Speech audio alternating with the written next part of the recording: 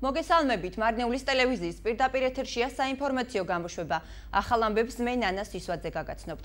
სოფელ წერეთლის მოსახლეობას წლებია ელექტროენერგიის მაღალი და დაბალი ძაბვის პრობლემა აწუხებს. როგორც ისინი აღნიშნავენ, ძვირადღირებული ტექნიკა ელექტროენერგიის მაღალი ძაბვის გამო ხშირად უფუჭდებათ, რასაც ხადებენ მარნეულის ენერგოპროჯოჯიას ოფისში მარიამ ქველაძე ამბობთ. სოფელ წერეთელში ელექტროენერგიის დაბალი ძაბვის გამო მოსახლეობა უკმაყოფილებას გამოთქვამს. ადგილობრივები ელექტროტექნიკას ვერ იყენებენ, რადგან ამდენჯერმე დაზიანების ფაქტი დაფიქსირდა. ასევე აღნიშნავენ, რომ ჭექაქუხილისა და ქარის დროს უხარისხო ელექტროგაყვანილობის გამო ელექტროენერგია ხშირ შემთხვევაში ითიშება. ელექტროენერგიაზე რა ვისაუბრებ? ელექტროენერგიაზე მარტო მივხვდი იმას, რომ სანთელს ჯობია ცოტათი. აი სანთელს ჯობია ცოტათი ჩვენი ნატურები.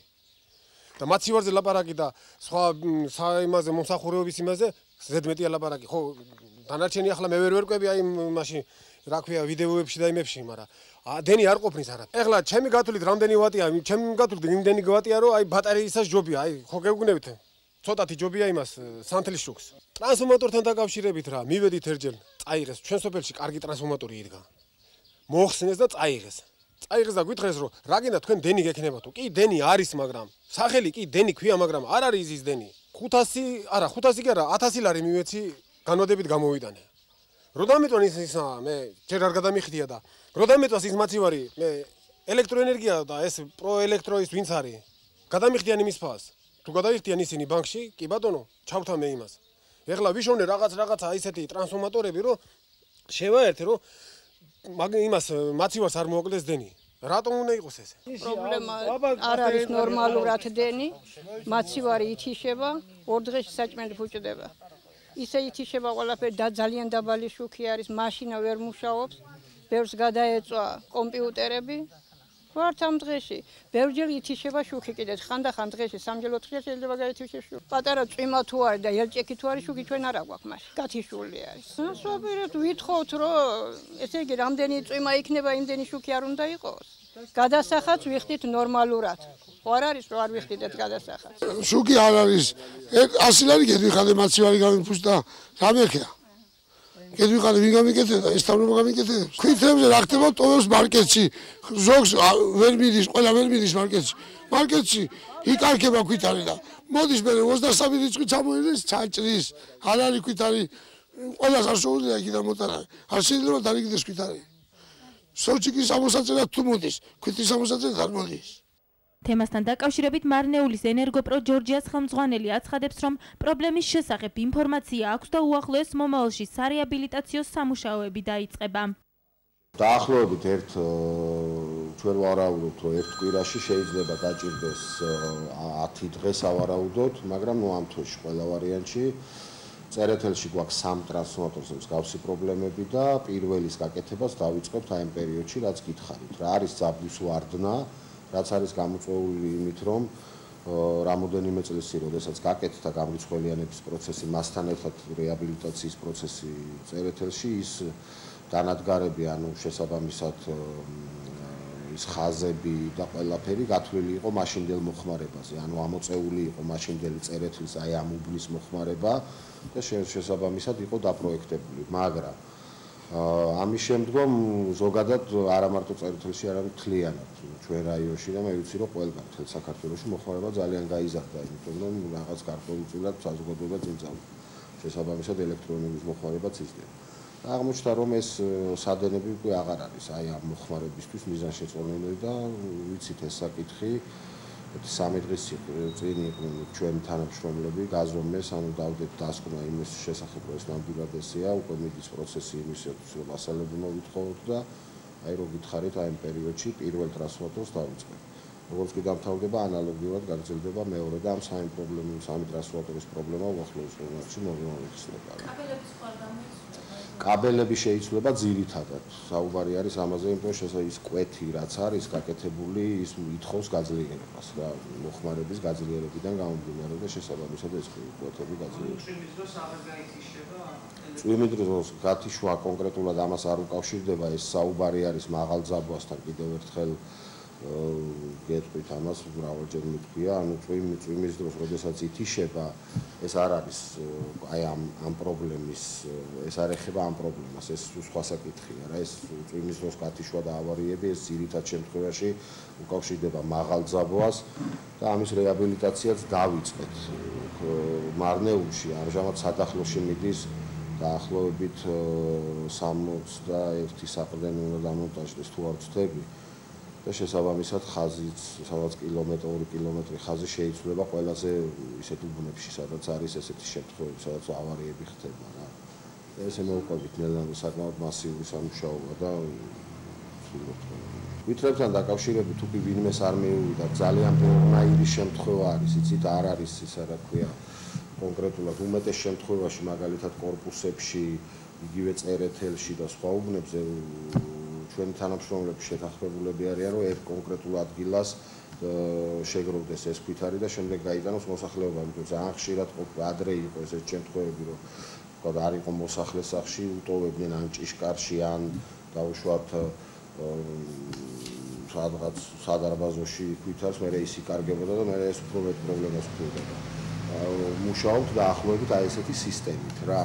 თუ კი ვინმეს რამ პრობლემა აქვს, შეგვიძლია შევცვალოთ ეს რა, თქვა კონკრეტულად იმ მოსახლეობას თუ კი სხვანაირად უნდა რომ ეს გაკეთდეს, ზოგს ისე უნდა, ზოგს ესე უნდა. არ არის მაგის პრობლემაც, უბრალოდ უნდა მოვიდნენ და ჩამოვყალიბდეთ და შემდეგ დავალებას მივცემთ იმ თანამშრომლებს, რომელიც იმ უბანს ემსახურება და გავაკეთოთ.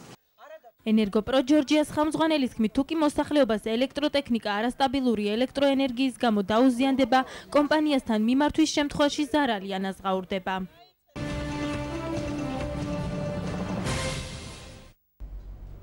მარნეულის დემოკრატიული ჩართულობის ცენტრში დღეს შეხვედრა გამართა საარჩევნო სისტემების წარმომადგენლობამ საქართველოში აქტიურ ადგილობრივ მოქალაქეებთან. შეხვედრის მთავარი მიზანი საინფორმაციო ხასიათის წიგნების სათაურით სამოქალაქო განათლების გზამკვლევის გაცნობა იყო ადგილობრივ მოსახლეობასთან. წიგნები დაბეჭდილია ქართულ, რუსულ, სომხურ და აზერბაიჯანულ ენაზე. მსგავსი შეხვედრა IFS-ის წარმომადგენლობამ საქართველოში ახალციხეში უკვე ჩაატარა. დაგეგმილია საქართველოს სხვადასხვა მუნიციპალიტეტშიც. დღევანდელი შეხვედრის მონაწილეებმა კი ორგანიზატორებს წიგნს სამოქალაქო განათლების გზამკვლევთან დაკავშირებით რამდენიმე რეკომენდაცია მისცა.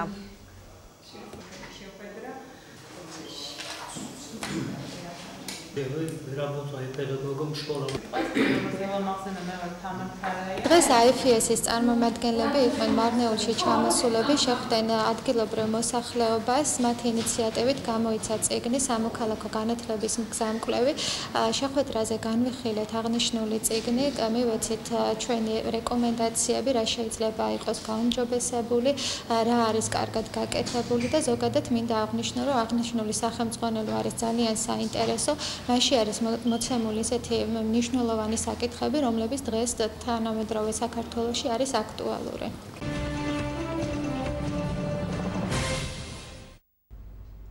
ქესალოში მცხოვრები ნაბად ანაზაროა 8 წლის ასაკიდან ხალიჩებს ქსოვს. უკვე 2 წელია მარნეულის ჩაის სახლში თავის გამოცდილებას მომავალ თაობას უზიარებს. ვრცლად ნახეთ ჩვენს რეპორტაჟში.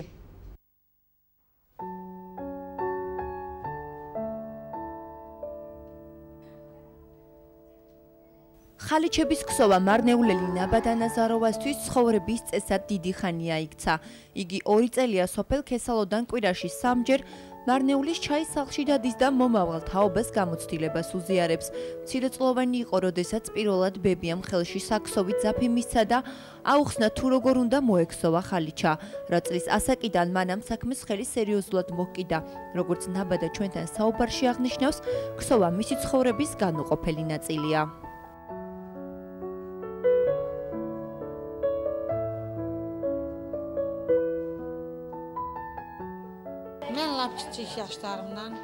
ძალიან პატარა ვიყავი, როდესაც პირველი ხალიჩა მოვქსოვე. გავიზარდე ისეთ ოჯახში, სადაც ხალიჩების ქსოვის სიყვარული და გამოცდილება 10 წლეულებს ითვლის. ქსოვდა ჩემი ბებია, დედა, დღეს კი მათ ყავს ვაგრძელებ. მინდა ეს ჩემი გამოცდილება მომავალ თაობას გაუზიარო. პირველ რიგში კი ხელი შეუწყო მათ გულებში ხალიჩის ქსოვის სიყვარულის აღმოცენებას. მყავს 19 მოსწავლე მარნეულის ჩაის სახლში, ისინი მართლაც მონდომებულნი არიან და ყველანაირად ცდილობენ აითვისონ ხალიჩის ქსოვის ტექნიკა. იმედი მაქვს, მაქვს, ჩემი ეს შრომა უკმად არ ჩაილვის და მათ შორის გამოჩნდება ადამიანი, რომელიც თავის დროზე სხვასაც სწავლის თუ როგორ უნდა მოქსოვოს ხალიჩა. ჩვენ მქონდა რამდენიმე გამოფენად, ჩამოსულები იყვნენ სხვადასხვა საელჩოს წარმომადგენლები. იმედი მაქვს, მომავალში კიდევ უფრო მეტ წარმატებას მივაღწევთ.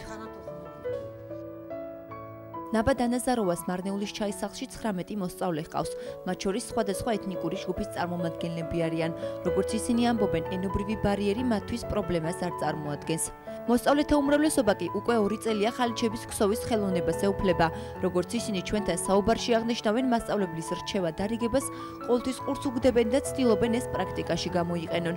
ამბობენ, რომ მასწავლებელთან მეგობრული ურთიერთობა აქვთ.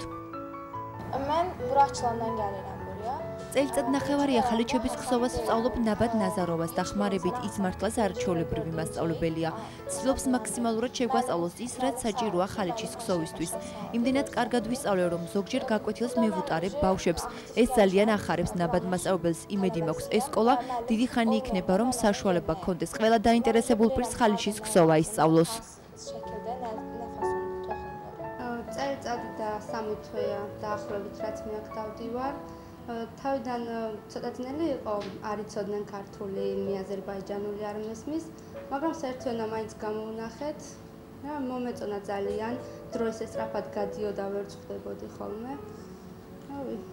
საინტერესოა, გიტაცებს, ვერ ხვდები, იმდენად გითხრებს საქმე. ძალიან თბილია, სადღაც 2 კვირა არ დავდიოდი, მაგრამ დღეს რა შემოხდა ძალიან თბილად მიმიღო. ყველასთან უშუალოა, არ უჭირს ანუ ბავშვებთან ურთიერთობა.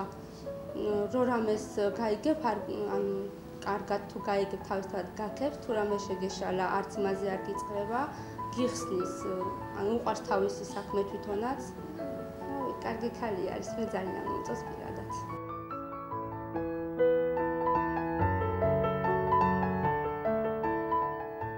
ხალიჩების ქსოვა ნაბა დანაზაროვის საყვარელი საქმეა. იგი კიდევ დიდხანს აპირებს თავისი გამოცდილებას სხვებს გაუზიაროს.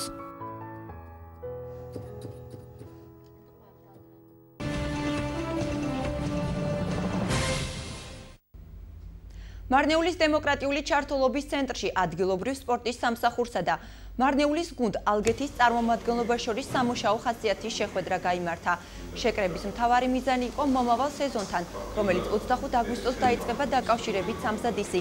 აგრეთვე შეხვედრაზე განიხილეს გუნდის დაკომპლექტების საკითხი. ჩვენთვის ცნობილი გახდა, რომ გუნდ ალგეთს ახალი მწვრთნელი ყავს, ყოფილმა მწვრთნელმა კი გუნდის მრჩევლის პოზიცია დაიკავა. თევანდელ შეხვედრას დადებითად აფასებენ ფეხბურთელები, მწვრთნელი და მარნეულის სპორტის სამსახურის უფროსი.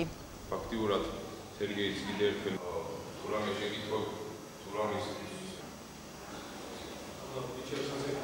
დღეს დემოკრატიული ჩართულობის ცენტრში იმართება მუნიციპალიტეტსა და მუნიციპალიტეტის სპორტულ კლუბ ალგეთის სამუშაო შეხვედრა. ძირითადი თემატიკა არის ახალი სპორტული სეზონისთვის მზადება. გუნდში მოხდა საკადრო ცვლილებები, აქცენტი გაკეთდა ადგილობრივ კადრებზე ძირითადად. მარნეულელი გულშემატკივარი მოკლებულია იმ სიამოვნებას, რომ ჩვენ სპორტულ კლუბ ალგეთს გულშემატკივრობს ჩვენ სტადიონზე ელემენტარული ინფრასტრუქტურის გაუმართავობის გამო და იმედია მალე გამოსწორდება ეს სიტუაცია და მარნეულელი გულშემატკივარს ექნება ჩვენი გუნდის გულშემატკივრობის საშუალება. ვითამაშეთ უკვე 1 სეზონი. რაც შეეხება დაფინანსებას, სავარაუდოდ სახელმწიფო დაფინანსება გამოიყოფა პირველ ლიგაში მოთამაშე ყველა გუნდზე. სპორტული კლუბი ალგეთი 100%-ით არის ადგილობრივი მუნიციპალიტეტის დაფინანსებაზე და ამ ეტაპზე ფაქტიურად ადგილობრივი მუნიციპალიტეტის ბიუჯეტით ცვლილობს ეს გუნდი. 1 წელია რაც ამ გუნდში ვირიცხები და დღევანდელი შეხვედრა იქნება საინტერესო და ეხება მომავალ სეზონს. თუ რა მიზნები გვექნება, რა შემართება გვექნება და იქნება თუ არა სიახლეები გუნდში. ჩემი აზრით გუნდის მიზანი უფრო ზედა პირველი მეორე ადგილი არის. იმიტომ რომ ამ გუნდმა წინა სეზონში კაი შედეგი აჩვენა და ეხლაც არანაკლები უნდა შევძლოთ. დღევანდელი შეხვედრის მიზანი იყო გავლილი სეზონის ანალიზი, ის შედეგი რაც ჩვენ მივაღწიეთ.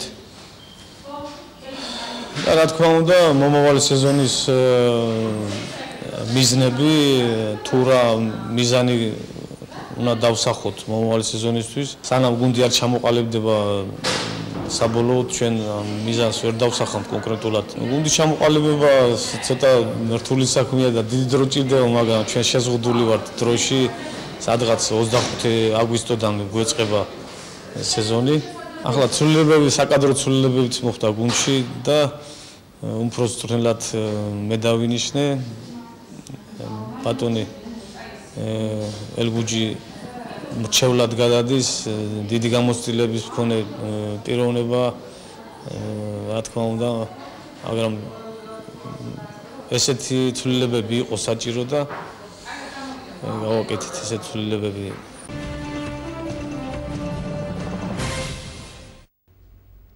შეხვედრა ქვემო ქართლის რეგიონის სამედიცინო საზოგადოებასთან შრომის ჯანმრთელობისა და სოციალური დაცვის მინისტრი დავით სერგეენკო და სოციალური მომსახურების სააგენტოს ხელმძღვანელი გაიოს თალუკვაძე ქვემო ქართლის რეგიონის რწმუნებული ქვემო ქართლის რეგიონის ექიმებს და სოციალური მომსახურების სააგენტოს წარმომადგენლებს შეხვდნენ. შეხვედრაზე ჯანდაცვის სამინისტროს წარმომადგენლებმა არსებული პრობლემები მოისმინეს და დამწვრე საზოგადოებას ჯანდაცვის სისტემაში მიმდინარე რეფორმები გააცნეს. განსაკუთრებული აქცენტი გაკეთდა ჯანმრთელობის დაცვის პერსონალურ პროფესიული რეგულირების საკითხებზე და იმ სიახლეებზე, რაც დღეს ამ მიმართულებით ხორციელდება. კერძოდ მიმდინარეობს მუშაობა და უახლოეს მომავალში დამტკიცდება საექიმო სპეციალობები, კომპეტენციების გამსაზღვრელი დოკუმენტები და მომზადდება სუბსპეციალობების ახალი პროგრამები. განსაზღვრული საუბარი შეეხო სოფლის ექიმების განახლებულ პროგრამას. სოფლის ექიმების დაფინანსება 30%-ით გაიზარდა. სოციალურად დაუცველი მოსახლეობის შეფასების ახალ სისტემას, რომლის შემუშავების პროცესი უკვე მიმდინარეობს იუნიქებთან გაფორმებული ხელშეკრულების ფარგლებში. აღნიშნა, რომ ოჯახების შეფასება ძირითადად დაეფუძნება ობიექტურ ინფორმაციებს და შეფასებისას აღარ იქნება გათვალისწინებული სოციალური აგენტის სუბიექტური შეფასება.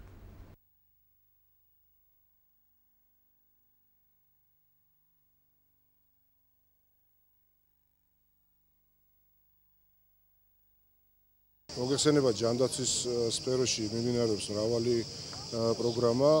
აქტიურ ფაზაშია შესული პირველადი ჯანდაცვის გაძლიერების პროგრამა, ასევე სიახლეებია ექიმთა სერტიფიცირების მხრივ ყველაფერი ეს ახალი რეფორმები ბადებს კითხვებს საჭიროებს აუცილებლად ახალი ინფორმაციის მიწოდებას. სწორედ ამიტომ მე გამიშთა სურვილი მომეწვია ბატონი მინისტრი ქვემო ქართლის რეგიონში, რათა აქ ადგილზე მოღვაწე მედპერსონალს, ესე ვთქვათ, პირველი წყაროდან მიეღოთ ინფორმაცია ყველაფერი იმის შესახებ, რაც თან ახლავს ამ ახალ პროგრამებს. ბატონმა დავითმა ამომწურავი ინფორმაცია მიაწოდა მედპერსონალს, ისაუბრა მიმდინარე და დაგეგმილ პროგრამებზე, რაც აუცილებლად სიკეთეს მოუტანს არა მარტო ქვემო ქართლის მოსახლეობას, არამედ მთელი საქართველოს მასშტაბით ყველა ჩვენ მოქალაქეს. დღევანდელი შეხვედრა არის შეხვედრების და ზოგადად ჯანდაცვის სამინისტროს აქტივობების ერთ-ერთი ნაწილი, რომელიც არის რეგიონული და რაიონული სამედიცინო დაწესებულებების და ზოგადად სამედიცინო საზოგადოებასთან შეხვედრა. ეს დაიწყო ჩემი მინისტრად დანიშვნის დღისდანვე და იმედია, რომ გაგრძელდება. შეხვედრის ამოცანა არის ჩემი მიერ მოხსენება მიმდინარე საკითხების შესახებ, მათგან მოსმენა, პრობლემების ადგილზე გაცნობა და დისკუსია და ამ პრობლემების შეძლების დაგვარად გადადგმა. დიდი მადლობა მოუხადეთ ბატონ მინისტრს იმასთან დაკავშირებით, რომ საკმაო ხანია ჯანდაცვის სფეროში და სოციალურ სფეროში არ ჩამოყალიბებული ისეთი პროგრამა, რომელიც უკვე 1 წელია მიმდინარეობს. რის საფუძველზეც კმაყოფილია როგორც მოსახლეობა, ასევე მედპერსონალი.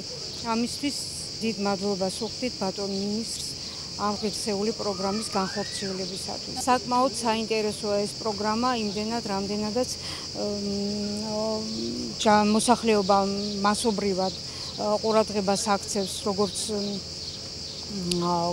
გამოკლებების საფუძველზე დაავადების პროცესში, ისევე სკრინინგების და ასევე პრევენციის მიზნით ჩატარებული ღონისძიებებისათვის.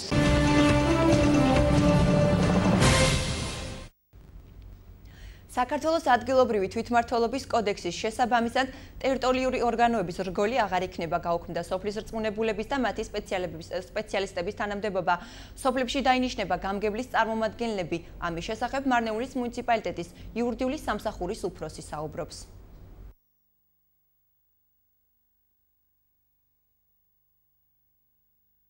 ადგილობრივი თვითმმართველობის შესახებ საქართველოს კოდექსის შესაბამისად ტერიტორიული ორგანოების რგოლი აღარ არსებობს თვითმმართველობაში. ანუ გაუქმებულია ტერიტორიული ორგანოს რწმუნებულების თანამდებობა და მათი სპეციალისტების თანამდებობები. 4 ივლისიდან ჩვენ გვაქვს უკვე გამგებლის ბრძანება, რომლის მიხედვითაც თვითმმართველობას აღარ აყავს აღარც რწმუნებული სპეციალისტი და აღარც რწმუნებული. ხოლო საქართველოს მასშტაბით პირველი საკრებულოს სხდომის ჩატარების შემდეგ, როდესაც უკვე გამგებელი ოფიციალურად დაინიშნება, მოხდება გამგებლის მიერ გამგებლის წარმომადგენლების დანიშვნა სოფლებში, ანუ ტერიტორიულ ორგანოებში. გამგებელს ეყოლება გამგებლის წარმომადგენლები ტერიტორიულ ორგანოებში. ეს იქნება ახალი ფორმა და ახალი ფორმატი, რაც განხორციელდება საკრებულოს პირველი სხდომის შემდგომ. სოფელში თანამშრომლების რაოდენობაზე, ანუ კანონში პირდაპირ არის ჩანაწერი, რომ ტერიტორიულ ორგანოში იქნება გამგებლის წარმომადგენელი, მაგრამ რაოდენობაზე საუბარი აქ არ არის და არ არის ჩადებული თვითონ მუხლში კონკრეტიკა. თუმცა აკრძალვაც ნამდვილად არ დევს, რამდენი შეიძლება იყოს გამგებლის წარმომადგენელი სოფლად. თუმცა რადგან არ არის გარკვეულად სუბორდინაციის პრინციპები და ანუ უფროსობის ინსტიტუტზე გაწერა ნაკლებად არსებობს, მნიშვნელოვანი იქნება, რომ თითო წარმომადგენელი ეყოლება სავარაუდოდ რწმუნეობს ტერიტორიული ორგანოს მასშტაბით. გამგებელს ტერიტორიული ორგანოს მასშტაბით.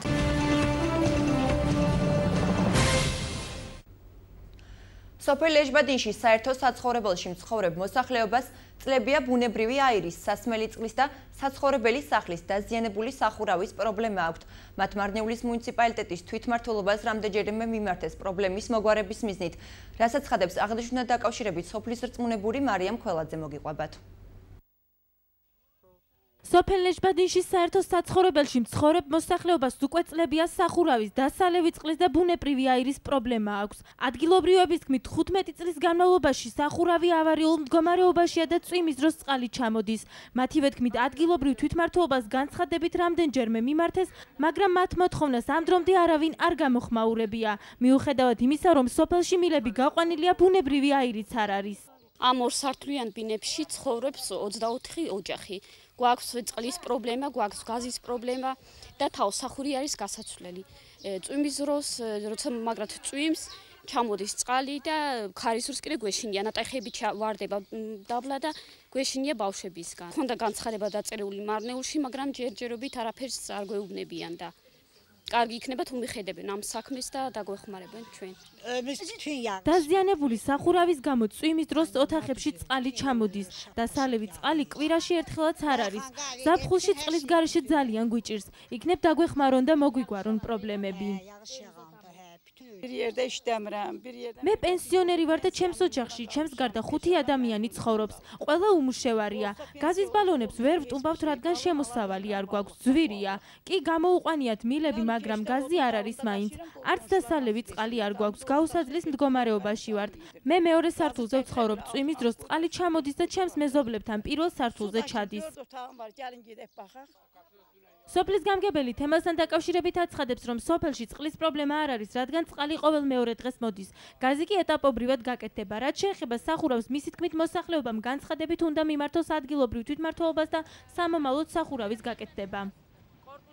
წყალთან დაკავშირებით სოფელში პრობლემა არ არის. ფულს არ იხდის მოსახლეობა, მაგრამ წყალი მაინც მოდის ყოველ მეორე დღეს. რაც შეეხება გაზის პრობლემას, თანმიმდევრობით კეთდება და რა თქმა უნდა ლეჟბადინშიც გააკეთებენ. არც ერთი განცხადება არ მოუტანია არავის ჩემთან ამ პრობლემასთან დაკავშირებით. მოსახლეობა მიმართოს განცხადებით ადგილობრივ თვითმმართველობას და მეც რაც შემიძლია მათ გვერდით ვიქნები. დღემდე არ არსებობს არც ერთი განცხადება. სოფელ ლეჟბადინის მოსახლეობამ განცხადება თავისი ხელმოწერებით სოფლის გამგებელს გადასცა და მათ დიდი იმედი აქვთ, რომ პრობლემები უახლოეს მომავალში მოუგვარდებათ.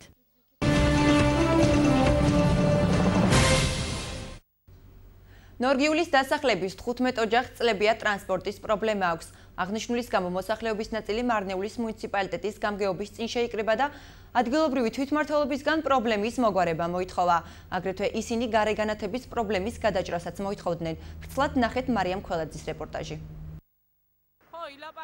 სოფელ ნორგიულის მოსახლეობამ ადგილობრივ თვითმმართველობას გზის გარეგანათების და სოფლის ტრანსპორტის პრობლემით მიმართა. ნორგიულის მაცხოვრებლების თქმით, იმის გამო რომ დასახლებაში ტრანსპორტი არ დადის 5 კილომეტრის გავლა ფეხით უწევთ. განათება არ გვაქვს, არც გზა გვითხრეს, რომ ბიუჯეტში არ არის გათვალისწინებული. ეს პრობლემა ჩვენ ძალიან გვაწუხებს. არც ტრანსპორტი არ დადის ჩვენს დასახლებაში. 15 ოჯახი ვცხოვრობთ. რაიონში წასვლის დროს 5 კილომეტრის გავლა ფეხით გვიწევს. ჩვენ მოვითხოვთ, რომ მოგვიგვარონ პრობლემები.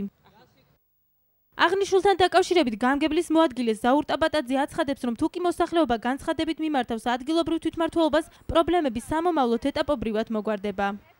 მოსახლეობას ვემსახურებით და უნდა გავაკეთოთ. ეს მათი განცხადების შემოსვლის შემდეგ შევისწავლით, თუ კი შესაძლებელი იქნება, იმიტომ რომ ჩვენ ველოდებით ჭარბ შემოსავლებს და შეიძლება წელსვე გავაკეთოთ, თუ არა აუცილებლად გავითვალისწინებთ 2015 წლის ბიუჯეტში. რაც შეეხება გარე განათებას სოფლის დახმარების პროგრამით, გარე განათება კეთდება ახლა სოფელ ნორგიულში და საერთოდ ყველა პროექტი თქვენ ალბათ საქმის პულსში ხართ და იცით, რომ კეთდება სოფლის დახმარების პროგრამით გათვალისწინებული პროექტები სოფლის საერთო კრების ოქმის საფუძველზე. მათ რა კრების ოქმის წარმოგვიდგინეს, იმის მიხედვით სახელმწიფოს მიერ გამოყოფილი თანხა, სუბსიდია ჩაიდო მათი პრობლემის მოგვარებისთვის, რომელიც მათ მიაჩნდათ პრიორიტეტულად. შესაბამისად ის პრობლემების, რომლებიც აწუხებთ ახლა იქ ტრანსპორტის პრობლემა თუ სხვა წყლის პრობლემა იქნება თუ რაც იქნება, განცხადების საფუძველზე შევისწავლეთ და ვიმოქმედოთ.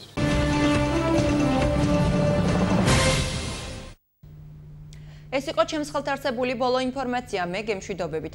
აზერბაიჯანურენოვანი საინფორმაციო გამოშვებით კი ჩემი კოლეგა აინურა ალიევა შემოგერთდებათ. ნახვამდის ბედნიერ უქმეებს გისურვებთ.